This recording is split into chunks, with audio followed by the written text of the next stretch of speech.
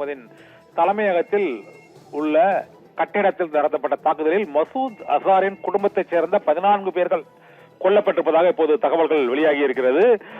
ஜெய்ஷ் இ முகமது அமைப்பின் தலைவராகவும் ஹர்கத் அல் முஜாஹிதீன் மற்றும் ஹர்கத் அல் அன்சார் உள்ளிட்ட பல்வேறு தீவிரவாத இயக்கங்களை தோற்றுவித்தவருமான ஜெய்ஷ் இ முகமதுவின் தலைவர் மசூத் அசாரின் ஒட்டுமொத்த குடும்பமும் இந்திய ஏவுகணை வீச்சில் உயிரிழந்திருப்பதாக தகவல் வெளியாகி இருக்கிறது. இதில் 14 பேர் வரை உயிரிழந்திருக்கக்கூடும் என்றும் 50 பேர் வரை உயிரிழந்திருக்கக்கூடும் என்றும் தகவல்கள் வெளியாகி இருக்கின்றன. இன்னும் அதிகாரப்பூர்வமான அறிவிப்பு இது தொடர்பாக இன்னும் உறுதிப்படுத்தப்படவில்லை. இருந்த போதிலும் ஜெய்ஷ் இ முகமது அமைப்பின் தலைவர் மசூத் அசார் இந்த தாக்குதலில் கொல்லப்பட்டிருப்பதாக தகவல் வெளியாகி இருக்கிறது. ஏற்கனவே பல்வேறு தாக்குதலில் இந்தியாவில் நாடாளுமன்ற தாக்குதல் மற்றும் காஷ்மீரில் நடைபெற்ற பல்வேறு தாக்குதல்கள், மேலும் நேபாளத்தில் இந்த காத்மண்டுவில் இருந்து ஆப்கானிஸ்தானுக்கு கடத்தப்பட்ட அந்த விமான கடத்தல் விவகாரம் உள்ளிட்ட பல்வேறு சம்பவங்களிலும் சர்வதேச தீவிரவாதியாக அறிவிக்கப்பட்டவர் ஜெய்ஷ் இ முகமது அமைப்பின் தலைவர் மசூத் அசார்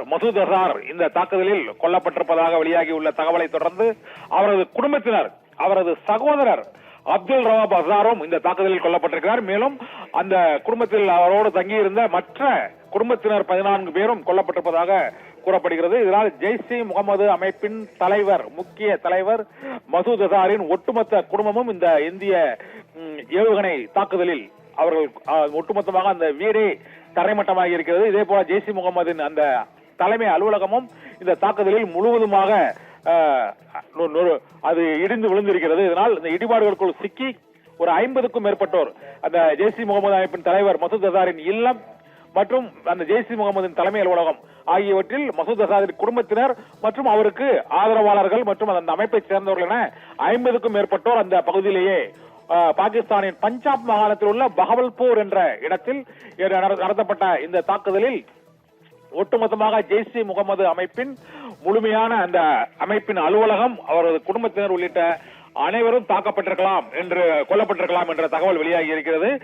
ஜெய்ஷ் இ முகமது அமைப்பின் தலைவர் மசூத் அசாரின் குடும்பத்தினர், அவரது ஆதரவாளர்கள் 20 பேர் என மொத்தம் 50க்கும் மேற்பட்டோர் இந்த தாக்குதலில் 2 கட்டிடங்கள் முற்றிலும் தரைமட்டமாக நொறுங்கி விழுந்ததில் அவர்கள் உடல் சிதறி ஒட்டுமொத்த குடும்பமும் உயிரிழந்திருக்க கூடும் என்று இப்போது தகவல் வெளியாகி இருக்கிறது.